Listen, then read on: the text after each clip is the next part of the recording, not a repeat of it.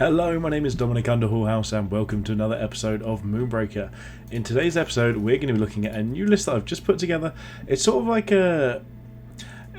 similar to some of the old lists I used to play, and it's mostly going to be a range focused list but with a couple of different tweaks in there as well. So the main thing we're going to be looking at is deploying early on, and we're going to go for a couple of 2-drops. So the reason we're going for 2-drops is because we've got a follow-up that we know what we want to do. So obviously first of all it's going to be most likely Maximus. And then the question is, though, how do we want to follow? It's either Tarier Arsenal or Deadeye. So the reason I'm going to choose... in fact, I'm not sure which is better. I think it depends on positioning, actually. Because Tarier is obviously going to be better if we think we're going to get guaranteed shots off with Zax Jakar, whereas Deadeye is going to be better if we think we're going to need the more accuracy. So, it's going to be probably Maximus and one of those two most of the time. And the reason we want to save one Cinder is on the following turn, one leadership rather, we want to play Amplifier Bytol.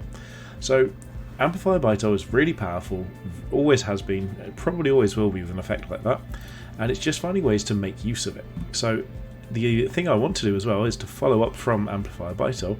In fact, that's probably, looking at reasons to play other units, but I want to be able to follow up with a couple of Scattervines if we need to, so we can really start putting that pressure on early on. Now, to support that, we've got Aria, who's just a really solid range unit. We've got Broken Vengeance, so that's going to be our anti-melee tech. We can just move that in range and start killing something. Teutonia, not strictly speaking melee, but really... range, but really powerful. And then we've got Shrapnel here, who works really well with Tarier Arsenal, get those double shots on. And Fate Twister Santon for part defensive, part offensive play. So all in all, I actually think this list looks like it might synergize really nicely.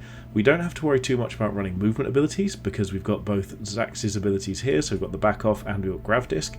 So that means we don't have to run as much in terms of Chuck and Co or Crankbait or anything like that.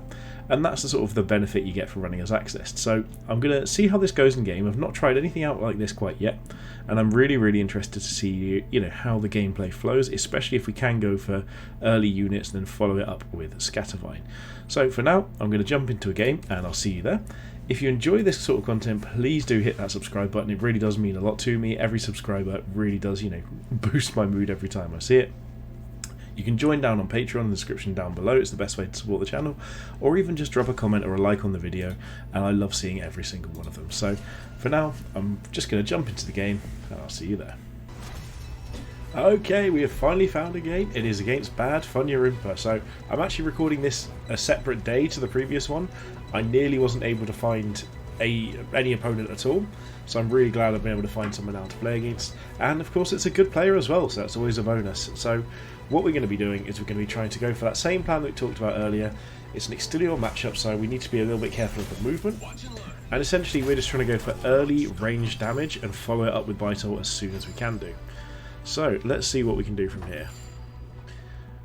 Let's see who's going first. Do you know what? I feel like it's probably not right statistically, but I feel like I've gone second so much recently. They're going to obviously take control of one of the points, and we're going to be a little bit hard pushed to try and get onto the other one, so we just need to try and get a good angle for an early shot if we can. Okay, it's Saria, so this looks like it could even be the Florio list, because Saria going straight to Florio, if this skips anything, then I imagine that's what we're looking at here. So I think the best thing to do is just to take the shots onto Saria. Of course we miss, which is not ideal. So here we're definitely going to be playing Maximus out.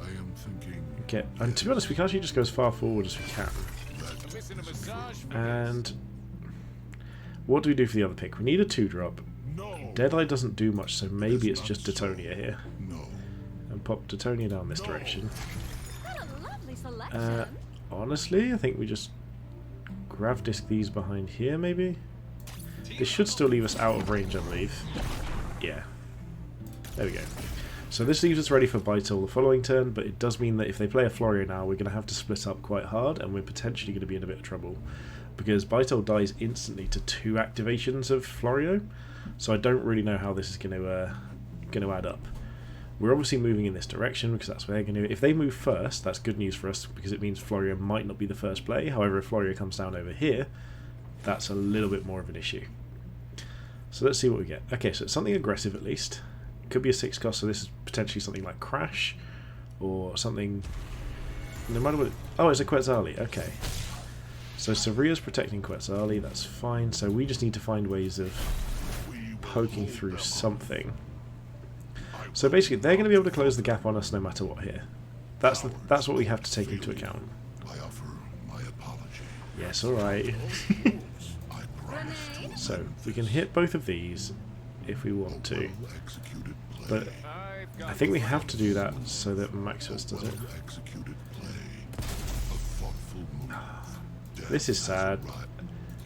I'm having to mute Funyarimpa. That's the first person I've ever had to mute on this game. Boo. I actually don't want to mute him either, but I can't listen to that. Okay, so let's just pop over here and shoot this. Of course we're still missing, so we're going to go here, try and get a reasonable chance at the shot off. We need to hit both of these, really. There we go, so Max over there. Honestly, I think we just move back to... In fact, move forward. Because I think what we want to do is force them into different directions. Now, the awkward part here is I don't think Amplifier Bytol works. So I think what we want to play is something like Shrapnel. But if you're playing Shrapnel, we should play it over here and just try and spread things out as much as possible. And even just pop a Sleeper Mine here to block some angles as well. Okay, so I really wanted to try the Bytol plan, but there's nowhere we can place a Bytol that's going to be safe from a, like, triple moving Extilior, so... Yeah, so it looks like they're probably going for our Maximus here. Or Detonia, in fact. Okay. If they're willing to spend their Cinder going for Detonia, that's pretty reasonable. Like, it's not ideal, but it's better than nothing. Yeah, and then we can get some AoE with Shrapnel here, so yeah, this looks like they can hit here, move in here, and use both their abilities to kill Detonia, which is pretty reasonable. And they have got some E resource to deploy with afterwards. Okay, so what's funny about this is that the actual issue that we've got here is dealing with Quetzali. So I was sort of concerned about whether Quetzali would still be good or not at this point in time, but it looks like no issue on that front whatsoever. Quetzali is still just as good as ever. I do think the delay matters a lot, and I think 3 activations seems a lot more reasonable. Otherwise it was going to be hard to ever get an activation feel reasonable there. Okay, so this is just a runaway situation with Maximus. And maybe try and push on to something. The thing here is I don't know what my target priority should be. And it doesn't feel like an easy choice either. So here we can get potentially into both units here is going to be the best we can do. So I guess that's the first pick. This is her buff from herself, isn't it? Oh no, it's from Extilior. Okay, that's fine. So we just go for this. Just chip both of those down a little. Of course we missed the one we really wanted to hit. Okay, so I actually think that puts us into the position of just running at Extilior. We know they're going to have most likely a Quetzali, not Quetzali, a Toner coming in the future. However, I think for now we just take advantage of the fact that we can try and block things in a little bit. And we bring ourselves down something like... So they don't have too many melee units, but we do have potential for Broken Vengeance. So I think I'm going to put Broken Vengeance up here and try and keep that alive. There's nothing else to go through here, so let's pass that turn. Very curious as to how this is going to go. Okay, I mean that's a little closer than I should have been, that's unfortunate. It does still mean that we're not quite dead to Sevria on Maximus. I was thinking maybe we had a little bit more leeway than that, but apparently not. We are doing a good job of blocking off Extilior here though, so the fact that here there's a good chance of us actually damaging Sevria and maybe even getting lethal out of it is quite nice. Especially if they go for a spin here. Perfect. Because what we can do is we can chain Broken Vengeance into this. Oh, are they really in range? I didn't think they'd be able to get all the way through that. Oh, because of the additional movement, of course. Or is that all the charges got? Yeah, no, I forgot about the additional moves there. Okay, there's Chuck, that's fine.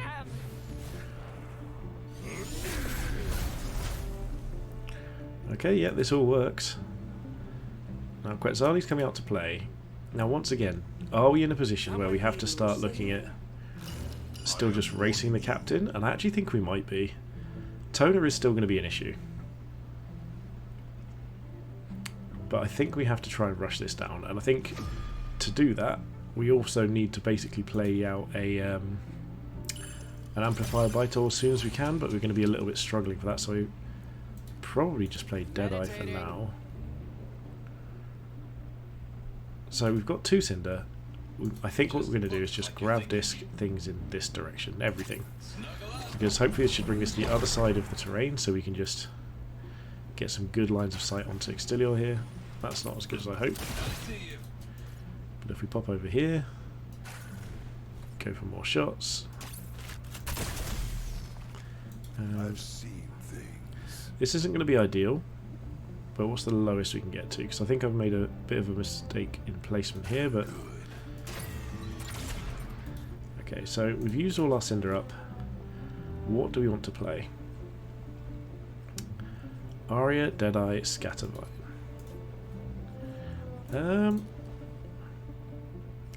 What does the most... Because we can't even play Bytor, we need to save times with that, so... I think we're just playing Deadeye, most likely. We'll pop Deadeye over here. So we're going to be behind on points, but I don't think we've got any choice other than going for the captain, and I think we're probably going to lose to a Toner turning up in the near future. Okay, so this is obviously the chain where we lose. That's fine. We didn't have a good opportunity to use that. We could have potentially taken out Savria, but... I mean, that was probably better. But yeah, it wasn't going to be good into a Chuck no matter what. And I think here, if they deploy a Toner, we probably actually just lose the game. I don't know what else we can really do from that point. We don't have enough damage to chip through their units. We don't really have enough of anything, to be honest. Let's see. If there is a Toner, we're in trouble. But if not, we could be in with a chance of racing. With Toner only being 3 Cinder, though, that does make it a very swift exit if we're going to be losing, because I don't think we can even race it down quick enough. So yeah, they can... Okay, so at least they're going to hit their Chuck. It's not the best, but it's better than nothing. Savria protecting herself is interesting. I did not expect that. Okay, yeah, so you can move over there. I also didn't expect this. So we are going to move over here. We're going to play a Bytor, and then the following turn we're going to try and play a Scattervine, so try and get some additional Cinder going. But it's only going to be 4 damage. Okay, so there's Toner, that's fine. Not Toner, Torian. So Torian's ability now kicks in. We're going to Ozos here.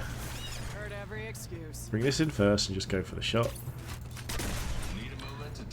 Of course we miss both, we just spread out as much as possible. In fact, the fact that this doesn't even make it guaranteed is quite awkward. And then what can we get? Get a decent attack in this way. Okay, I say decent, I mean it's as decent as we're gonna get. So we pop Bytor down over here. And honestly, I think a Sleeper Mine just here is probably the best we can do. That's all the abilities we've got. Let's see how it goes from here. We're basically relying on trying to kill them as quick as possible. And it might even be that next turn we try and take out something like the Torium with a Grav Disc or pull it out the way. It means we get less Scattervine damage though. Okay, so at the moment there's still no way of getting through to kill this. But they can get close. Now that buff lasts for 2 turns, so we can at least potentially put it on something else like here. Yep, this works. So they can kill... Actually, well, not yet. They could potentially get close to killing Shrapnel. But if we can push this damage through before they get to get Toner down, that could be really good for us. Yeah, so there's that. Okay, so they could go for 2 attacks and take us out that way. This isn't too bad for us. Maybe with a Grav Disc this can work. Oh, they've blocked themselves out.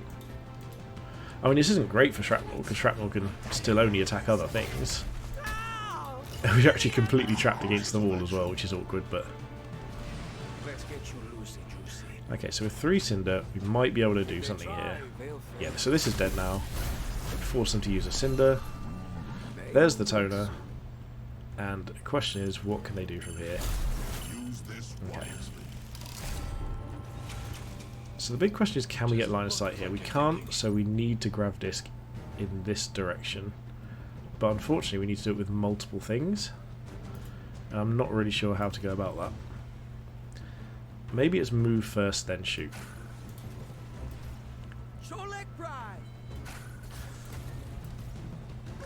So let's all just move over here. Grav disc everything this way. Because this doesn't pull it enough, so we need to at least go slightly this way first. I wish we had one more Cinder available here. Are you kidding? That's still blocked. Okay. I guess we Ozos ourselves here. Shoot that. Really? Oh dear. Yep. Okay. I don't think there's much else we can do from here. We're not going to be able to beat Toner. But for now, I suppose we just try and deploy onto an objective. Stop us losing to that immediately. And end the turn. In fact, looking at this, with them having 9 Cinder, I don't even see a world in which we could potentially deal with this. I think we've lost this game straight away. Yeah, I don't think we can outcompete with the Toner here, because we're not going to be able to deal enough damage. They're going to be able to kill our Vytol here quite easily. In fact, they can actually kill Vytol and Deadeye here if they play it correctly. So, yeah, 2 damage there. Move this over here, get 2 damage here, flip that. Yep, perfect. Unsurprisingly, Bad Funya knows how to play this game pretty well. So, that is unfortunately going to be it for us. I don't think there is any way whatsoever we can come back. We've only got 3 units left, and they are all pretty ineffective. So, I'm going to concede the game here. I'll say GG to Funya. Really well played. They absolutely got me. You know, I couldn't really do much about that situation. Quetzali was really powerful. You know, really glad to see that it's still useful. Very hard to kill if it comes down early, and with the pressure that Extilior plays out, without having an Extilior of my own, my damage starts dying and theirs doesn't because it's their captain, and that kind of swings that dynamic in their favour. So I can't basically keep my damage on the table because I've only got 2 for my captain and slightly less for my crew, whereas they can do. So really, really well played by them. I am going to concede this here, but I want to thank them for a very good game on that front. So well done and well played. If I remain inactive, I will forfeit the match. That's my fault for doing a bit too much commentary. So again, didn't quite work out how we wanted. I think Extilior was absolutely the most powerful captain in my experience so far. There's obviously ways in which that might not be the case, that sort of thing, but I think it was, you know, a pretty solid option. Also, with the Quetzali coming down, it meant we couldn't play out our Vytol earlier because there was nowhere we could have hidden that Vytol and kept it safe. Also, some really nice looking, like, sort of neon and metal paint jobs here. Nice looking job there. Anyway, I want to thank Funya very much for playing against me. It was a really enjoyable game. Hopefully you guys enjoyed it too. If you've got any ideas of how I should have played this differently, please let me know. I'd love to hear it. I am struggling a little bit with the new meta and the new system. I'm not, quite found my stride yet, and I really want to, to find my way into just getting that full swing of it again, getting those wins, and having a bit of a better time. So, if you have any ideas, let me know in the comments. For now, hit a like on the video, hit that subscribe button, head over to the Patreon in the description down below if you want to support the channel. But most importantly, past all of that, is thank you very much and have a good day.